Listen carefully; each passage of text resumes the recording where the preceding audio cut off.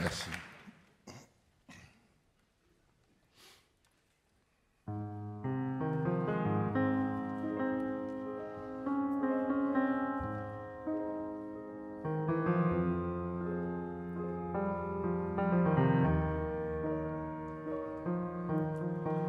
J'ai souvent constaté que ce qui passe entre les mains de l'homme peut faire jaillir des miracles tout autant que l'Apocalypse.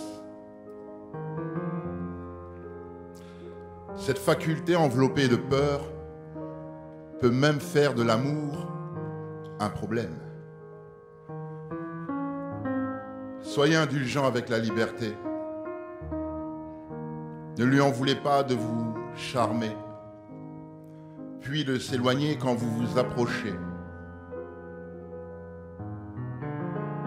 C'est son jeu. La liberté est un vieux mot, toujours difficile à définir. Au pluriel, elle devient ambiguë. On dit prendre ses libertés. Une, ça passe. 3, c'est beaucoup. Elle se définit par le droit de vivre, de s'exprimer, de croire, de créer, de s'aimer. Mais l'interprétation de ces droits est devenue la source de nos désaccords. Car nos adversaires réclament aussi leur liberté.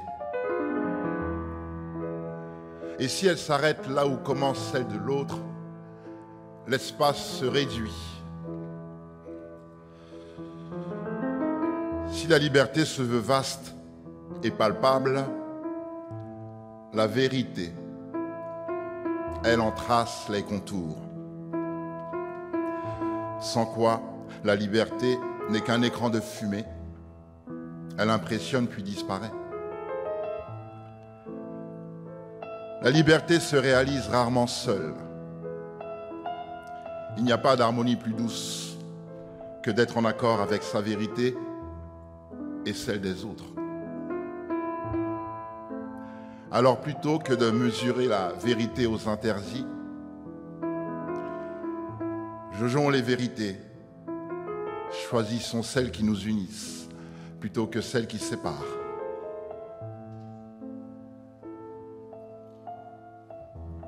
Au fond, tout combat pour la liberté n'est qu'une quête de paix.